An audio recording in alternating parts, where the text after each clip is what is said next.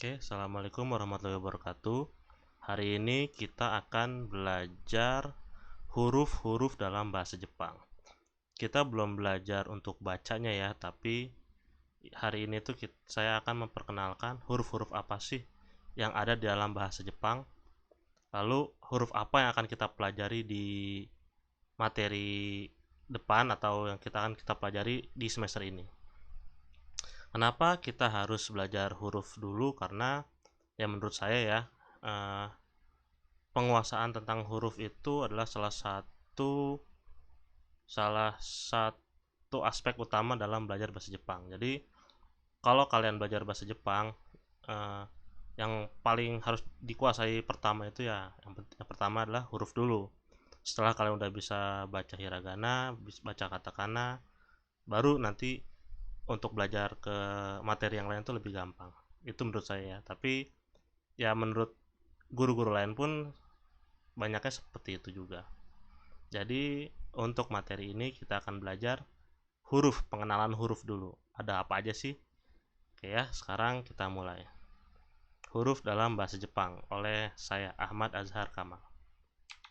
Oke, yang pertama, pengertiannya dulu ya. Bukan pengertian sih, definisi huruf dalam bahasa Jepang. Menurut Sujianto, huruf dalam bahasa Jepang itu disebut juga dengan moji. Moji itu artinya huruf atau ji kadang-kadang, kalau di kanjinya itu tulisnya dengan kanji huruf ji.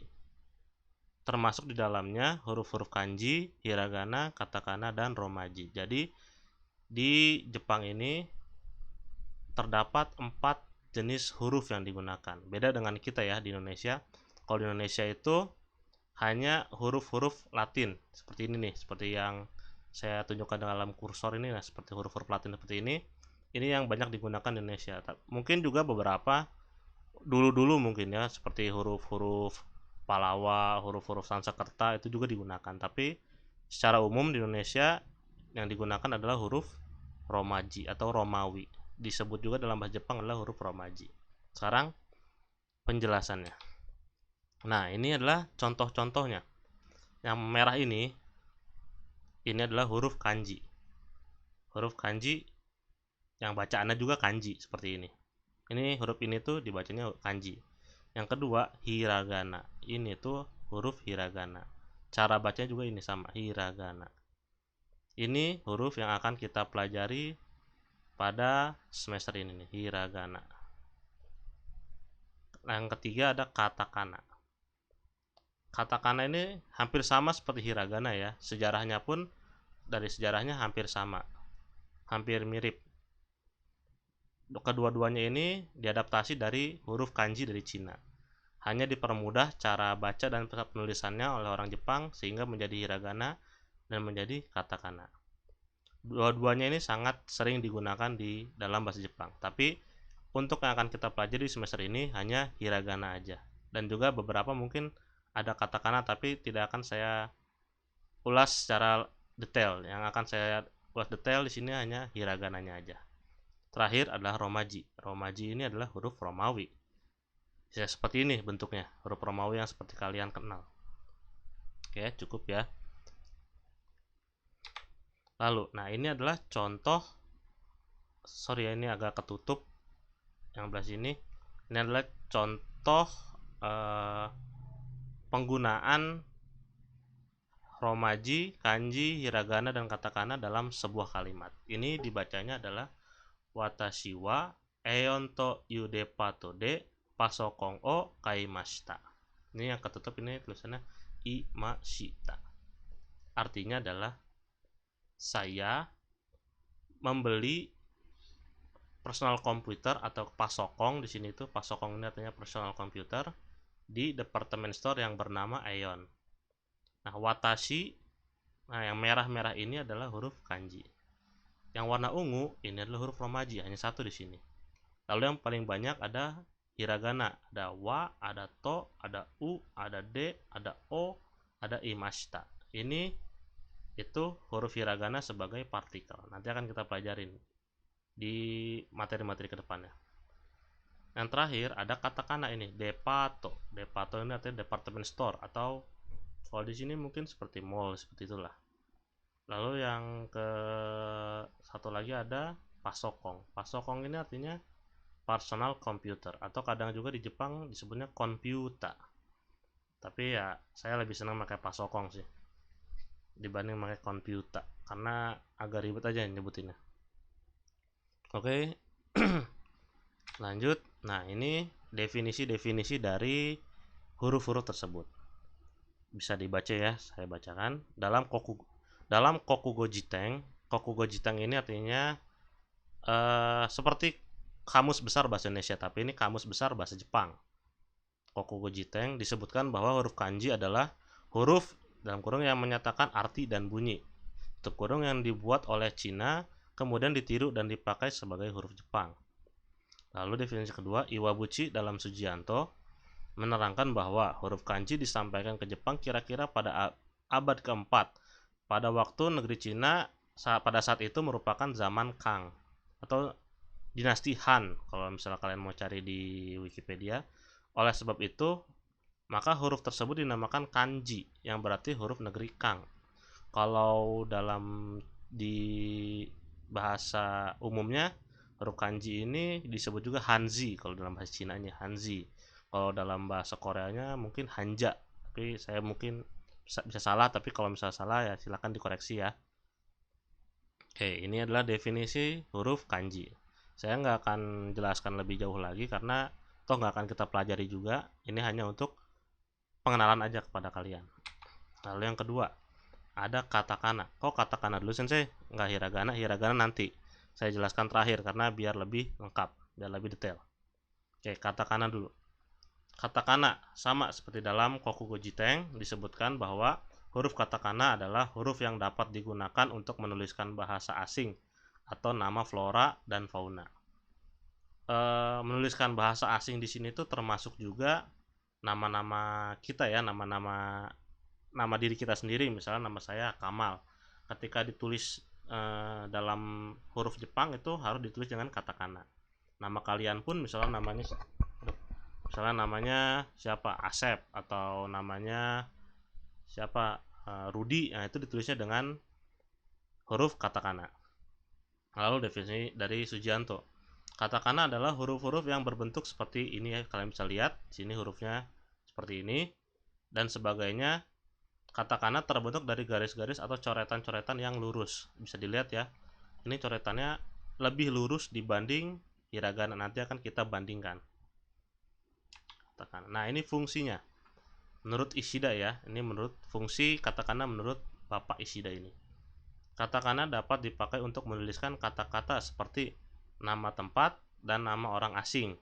Tadi sudah saya bilang ya, kata pungut, ini maaf agak kepotong sama layar video saya, dan kata-kata bahasa asing atau gairaigo seperti tadi, pasokong, personal computer, lalu apalagi ya,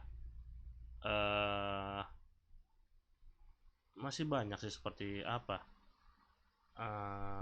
apalagi contohnya ya, dan masih banyak lagi lah, saya agak lupa. Oke, lalu kata-kata yang tergolong onomatope atau tiruan bunyi seperti doki-doki, fua-fua, dan lain-lain itu ditulisnya dengan katakana. Nama-nama binatang dan tumbuh-tumbuhan juga ditulis dengan katakana.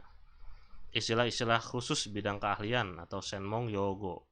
Mas, seperti apa ya? Kalau dulu saya waktu bikin skripsi itu ada namanya noirose. Noirose itu dari bahasa Jerman kalau nggak salah. Saya agak lupa artinya. Pokoknya itu istilah medis. Lalu nomena, nama diri, koyu meishi tadi ya. Seperti ini nama-nama diri. Dapat dipakai pula terutama dengan maksud memberikan penekanan, penarik perhatian pembaca, atau memberikan pengertian yang khusus. Kurang lebih penggunaan salah satu fungsi katakana di sini itu sama seperti huruf kapital dalam bahasa Indonesia. Jadi sebagai penekanan. Kalau misalnya kita tulis misal caps lock semua gitu ya, kita misalnya ngechat seseorang atau buat posting dengan caps lock-nya nyala, berarti kan itu kadang-kadang diartikan sebagai penekanan atau agak marah ya. Nah, hampir sama seperti katakana juga seperti itu. Lalu romaji. Ini dalam Kokugo Jiteng disebutkan bahwa huruf romaji adalah huruf yang digunakan untuk menulis bahasa Latin zaman Roma kuno. huruf ini juga digunakan di Eropa pada saat ini, nggak cuma di Eropa ya. Saya rasa hampir seluruh dunia juga pakai Romaji, termasuk di Indonesia. Mungkin ada beberapa negara yang Romaji itu huruf Romawi bukan menjadi pilihan atau bukan menjadi bukan alat terus, huruf yang utama di negaranya, tapi hampir semuanya menggunakan, hampir semua satu dunia ini hampir pakai. Lalu huruf Romaji adalah huruf A sampai dengan Z, sama seperti pada huruf Latin yang dipelajari dalam bahasa Indonesia. Menurut Sujianto, keperluan huruf Romaji untuk penulisan bahasa Jepang digunakan oleh para praktisi bidang pengajaran bahasa Jepang tingkat dasar. Ada juga yang diselenggarakan menggunakan Romaji. Jadi ya, penggunaan Romaji dalam pembelajaran bahasa Jepang ini untuk mempermudah saya atau kami sebagai guru untuk mengajarkan bahasa Jepang kepada kalian, kepada siswa-siswa atau kepada pembelajar bahasa Jepang, terutama pada tingkat dasar, karena pada tingkat dasar ini penguasaan hurufnya mungkin ya belum begitu apal atau belum begitu fasih dalam membaca dan menulis hiragana. Jadi dipermudah dalam mempelajari bahasa Jepang itu dengan menggunakan huruf-huruf Romaji. Dan juga kadang-kadang untuk Romaji ini bisa digunakan juga sebagai apa ya, panduan untuk membaca hiragana. Jadi biasanya ada hiragananya, nanti di atas atau di bawahnya itu ada tulisan Romajinya atau Romawinya, cara bacanya. Kadang-kadang seperti itu. Oke, sekarang huruf yang utama yang akan kita pelajari pada semester ini atau yang akan kita pelajari lebih dalam. Nah, hiragana. Dalam Kokugo Jiteng disebutkan bahwa huruf hiragana adalah huruf yang dapat digunakan bersama kanji dalam penggunaan bahasa Jepang pada umumnya. Jadi biasanya kalau di Jepang itu, terutama untuk di koran, di TV, di majalah itu, kadang di manga juga biasanya kadang-kadang suka ada huruf kanji. Nah, di atasnya itu ada huruf hiragana kecil cara bacanya. Nah, itu disebut furigana. Saya lupa, belum saya tulis atau sebelum saya sertakan contohnya, tapi nanti ke depan pasti akan saya sertakan. Oke. Lalu menurut Sujianto, hiragana adalah huruf-huruf yang berbentuk seperti ini ya. Kalian bisa lihat hurufnya seperti ini dan sebagainya. Nanti ada tabelnya juga saya sertakan. Nah, huruf hiragana terbentuk dari garis-garis atau coretan-coretan yang melengkung, Kyokusen teki, sedangkan katakana terbentuk dari garis-garis yang lurus, Chokusen teki. Oke, sekarang kita lihat dulu perbedaannya ya. Nah, ini. Lihat. Ini yang hiragana, dia lebih lengkung ya. Lebih melengkung, lebih apa ya? Lengkungannya lebih membulat. Sedangkan yang katakana, lihat, dia lebih tegas garis-garisnya. Lurus, benar-benar lurus. Ini lurusnya 180 derajat, 180 derajat, ini 90 derajat lurusnya. Nah, seperti itu. Inilah perbedaan antara hiragana dengan katakana. Jadi bisa dipahami ya, bisa dibedakan ya. Jadi kapan kita bisa bilang itu hiragana ya, kalau misalnya hurufnya seperti ini, lengkung-lengkung seperti ini. Meskipun ada beberapa katakana mungkin nanti yang agak lengkung, atau di hiragana pun ada beberapa huruf yang nanti mungkin agak lebih lurus dibanding hiragana yang lain, tapi tetap itu adalah huruf hiragana. Perbedaan mendasarnya di sini yang pertama. Oke, sekarang kita lanjut.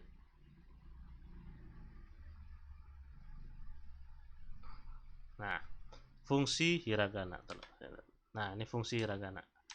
Nah, ini tadi ya udah. Nah, sekarang hiragana, satu hiragana mewakili satu suku kata tertentu. Jadi satu huruf ini satu huruf ini itu dibacanya ini A, ini dibacanya ini I, ini dibacanya U, ini dibacanya E, ini dibacanya O. Nah, seperti itu. Ini dibacanya K, bukan K satu huruf K-nya aja, tapi K, K-A. Ini dibaca K, Ki, Ku, Ke, Ko, Sa, Shi, Su, Se, So. Jadi gampangnya hiragana itu satu bentuk ini nih, satu bentuk hiragana ini itu satu cara baca ini. Satu bentuk seperti ini nih, kalau kalian menemu hiragana seperti ini bentuknya, itu sudah pasti dibacanya K. Kalau bentuknya seperti ini, udah pasti dibacanya Ki, dan seterusnya.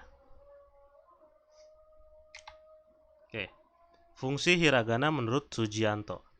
Berdasarkan asal-usulnya, hiragana dapat dipakai untuk menulis wago. Wago ini artinya adalah kosakata asli Jepang. Beda dengan tadi ya, katakana. Kalau katakana itu dipakai untuk menulis bahasa asing. Bahasa asing di sini bisa bahasa, yang penting bahasa di luar Jepang dan juga di luar Cina. Nah, untuk hiragana bisa dipakai untuk menulis kosakata adaptasi dari bahasa Cina, kanggo. Ini di sini. Jadi hiragana bisa dipakai untuk menulis kosakata asli bahasa Jepang seperti apa, rumah iye, lalu langit sora, terus laut umi, itu bisa ditulis dengan hiragana. Lalu kosakata kanggo saya kurang hafal, tapi yang jelas ada, bisa dipakai ditulis dengan hiragana. Hiragana juga dapat dipakai untuk menulis bagian kata yang termasuk yogeng, artinya verba atau kata kerja, adjektiva i kata sifat bentuk i, adjektiva na kata sifat bentuk na. Nanti akan kita pelajari ini di materi-materi selanjutnya, kata kerja dan kata sifat. Oke, hiragana dipakai untuk menulis partikel atau joshi. Joshi yang mana, sensei? Nah, joshi atau partikel itu yang tadi nih, ini nih, wa, to, lalu de, o. Ya, ini adalah hiragana untuk dipakai sebagai partikel. Nah, ini ada partikel. Partikel ini kalau secara arti sih nggak ada ya, sebagai dalam tata bahasanya nggak ada, cuman untuk gampangnya partikel ini adalah kata bantu untuk menyatukan antara subjek, predikat, atau objek dalam satu kalimat.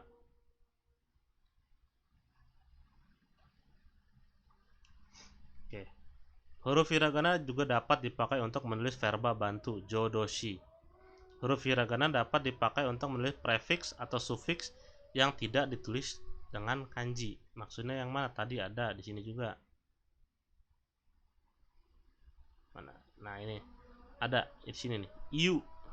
I-nya ini dengan kanji, tapi U-nya tetap pakai hiragana. Nah, ini iu.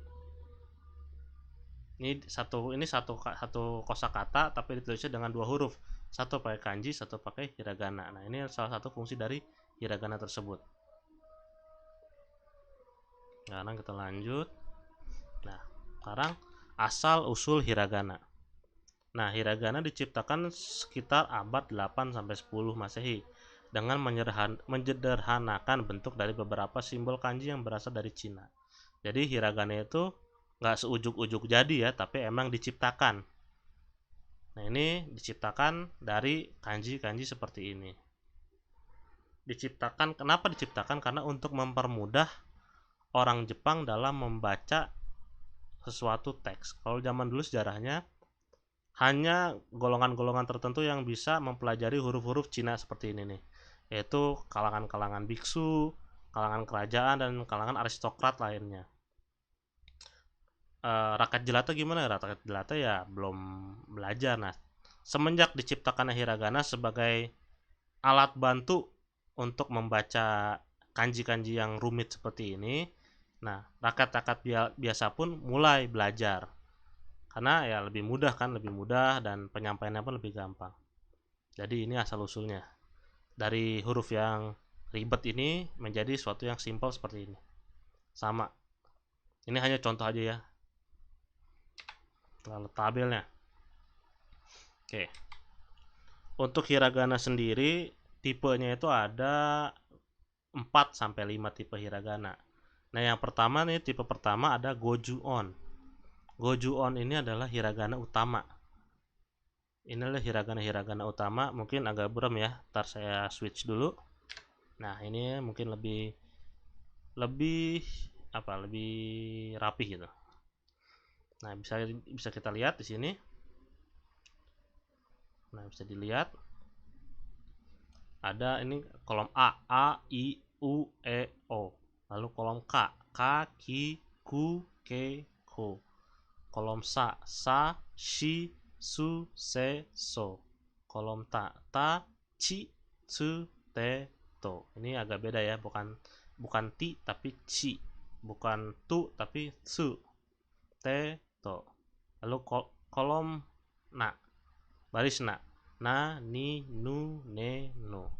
Baris ha, ha, hi, fu, bukan hu tapi hu, fu, hu, he, ho, ma, mi, mu, me, mo. Nah ini hanya ada 3, ya, yu, sama yo. Ini kenapa ada di sini sensei? Nah ini kalau misalnya ada huruf-huruf yang memakai huruf y, itu nggak ada huruf y, tapi biasanya digantikan dengan i. Juga sama karena ini suaranya hampir mirip, jadi emang nggak ada hiragananya. Hanya ada ya, yu, dan yo. Lalu kolom ra, ri, ru, re, ro.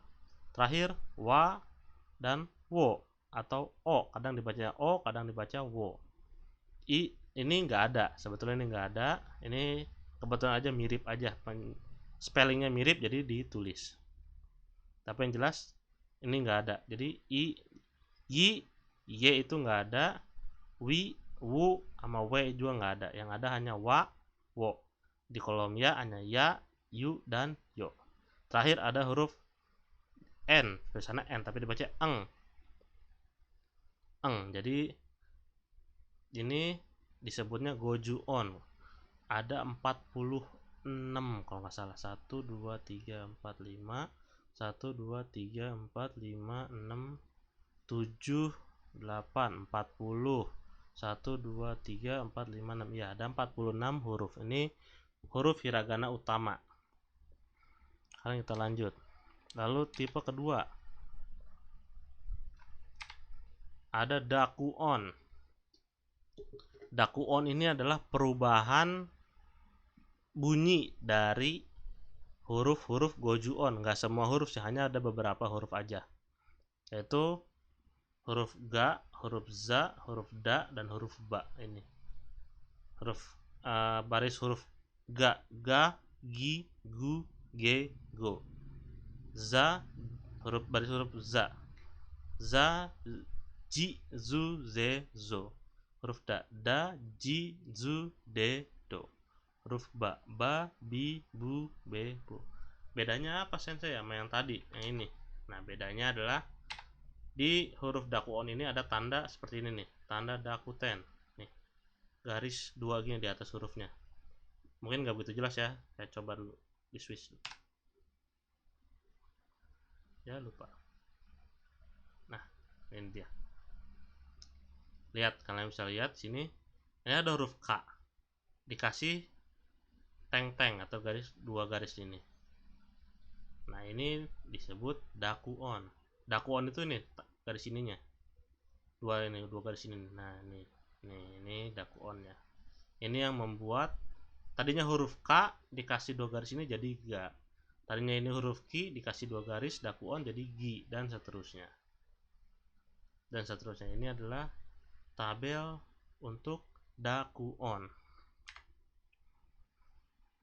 Sekarang kita masuk lagi tabel handakuon.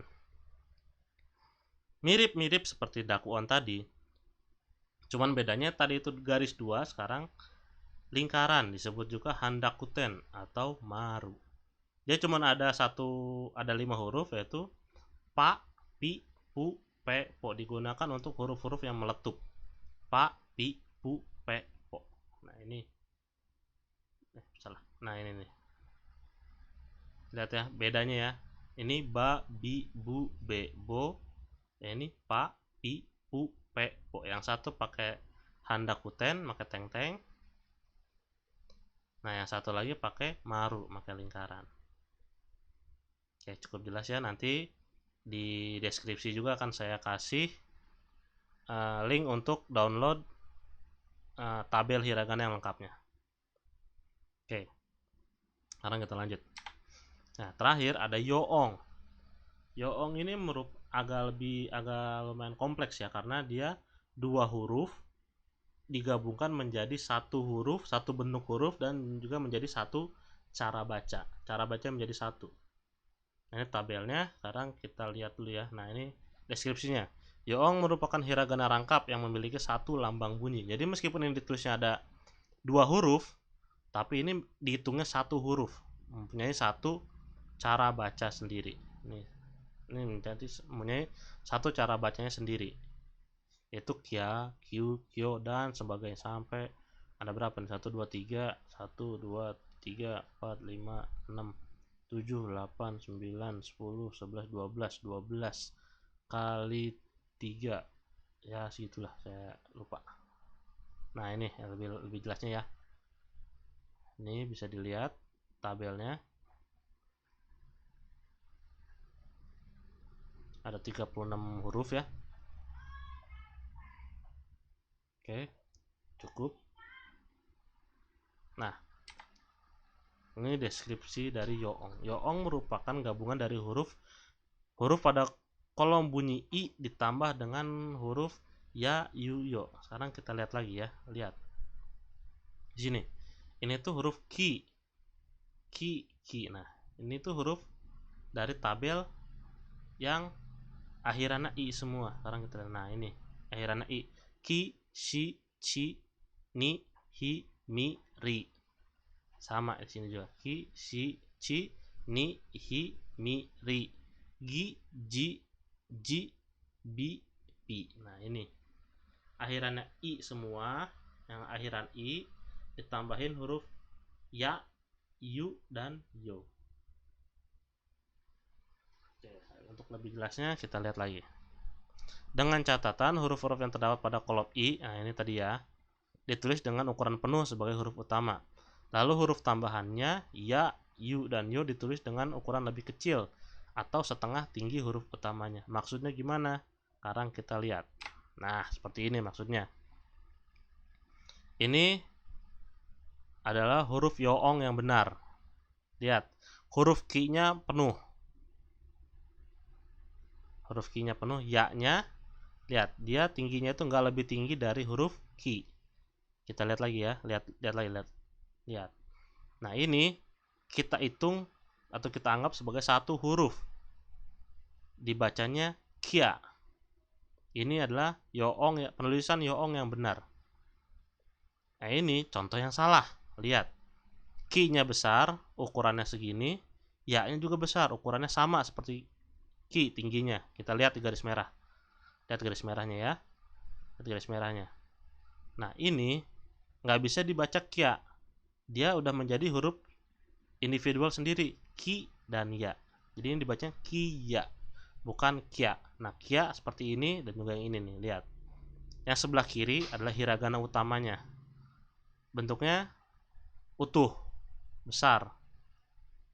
Nah, hiragana tambahannya huruf ya, yu atau yo-nya paling enggak setengah tinggi dari hiragana utama. Boleh lebih tinggi asal jangan sama tingginya, agak lebih pendek dikit lah nggak apa-apa. Nah, ini baru disebut yoong untuk kia.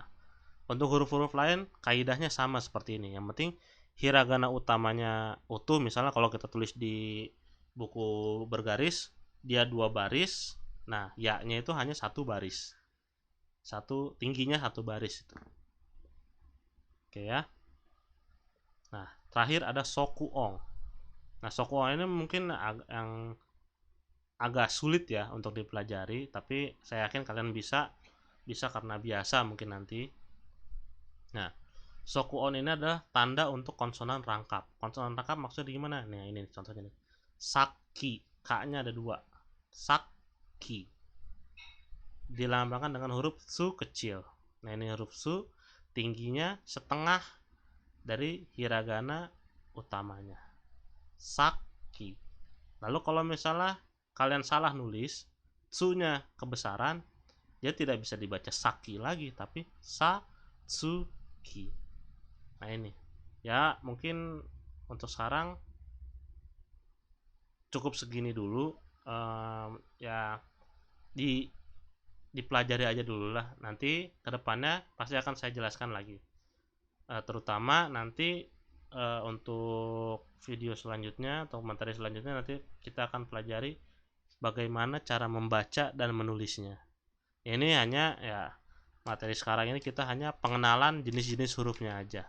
Bahwa saya recap lagi ya. Nah, di bahasa Jepang itu menggunakan ada 4 sistem huruf. Yang pertama ada kanji, ada hiragana, ada katakana, dan romaji. Tapi yang akan kita pelajari secara detail di semester ini tuh hanya huruf hiragana ini aja.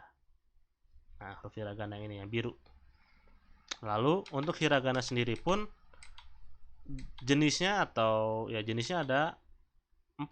Ada hiragana yang ada hiragana goju-on, atau kita bisa bilang ini hiragana utama.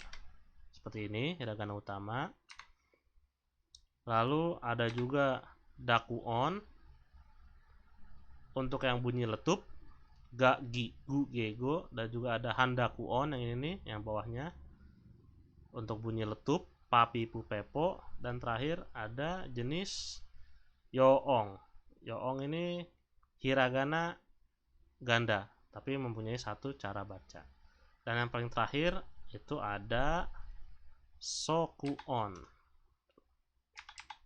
Nah, ini tadi terakhir ada soku-on, yaitu hiragana sebagai tanda untuk konsonan rangkap.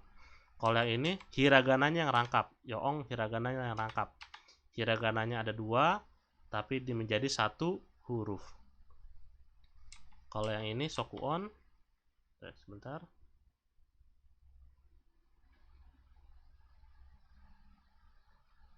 Nah, kalau soku-on ini dia hanya sebagai tanda untuk konsonannya ganda. Ini saki. Tadinya saki, dikasih tsu kecil di tengahnya jadi saki. Seperti huruf di hijaiyah juga ada seperti ini ya. Saki. Nah, mungkin materi kita sampai sini aja dulu. Nanti kita lanjut lagi di pertemuan-pertemuan selanjutnya. Selamat belajar ya, semoga video ini ada manfaatnya untuk kalian, dan juga semoga dapat memperkaya khasanah keilmuan kalian minimal ya. Jadi terima kasih sudah menonton video ini. Sampai ketemu di video-video selanjutnya, di materi-materi selanjutnya. Assalamualaikum, sampai jumpa. Tetap jaga kesehatan. Dah.